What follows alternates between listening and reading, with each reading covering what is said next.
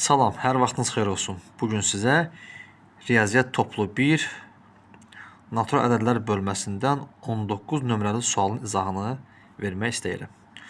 Sual ondan ibarətdir ki, 3 rəqəmli ədədin 1%-i onun rəqəmlərinin cəminə bərabərdir. Bu ədədin maksimum qiyməti ilə minimum qiymətinin fərqini müəyyən edək. Əziz dostlar, deməli, 3 rəqəmli ədədin 1%-i, yəni onun %1-i deməkdir. Bu da bərabərdir onun rəqəmlərinin cəminə. %1 o deməkdir ki, həmin ədədi biz 100-ə bölürük. Bu da bərabər olur həmin ədədin rəqəmlərinin cəminə. Diqqətlə baxaq. ABC rəqəmlərdir. Rəqəmlərin cəmi bizə natural ədədi verir.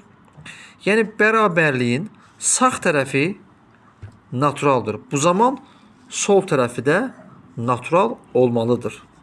Diqqətlə baxaq. 3 rəqəmli ədədin 100-ə bölünməsi zamanı cavabın natural olması üçün həmin ədədin, yəni ABC üstü xətt ədədinin mütləqdir ki, sonuncu 2 rəqəmi 0 olsun. Yəni, bu ədəd hansı ədədlərdən ibarət ola bilər? 100 şəklində, 200 şəklində və s. Sonuncu da 900 olmalıdır. Buradan da belə başa düşürük ki, həmin 3 rəqəmli ədədin ən kiçik qiyməti minimumu 100, maksimumu da 900 olacaqdır. Onda sualımızın cavabı belə olar. 900 çıxılsın 100 bərabərdir 800. Diqqətiniz üçün minnətdaram.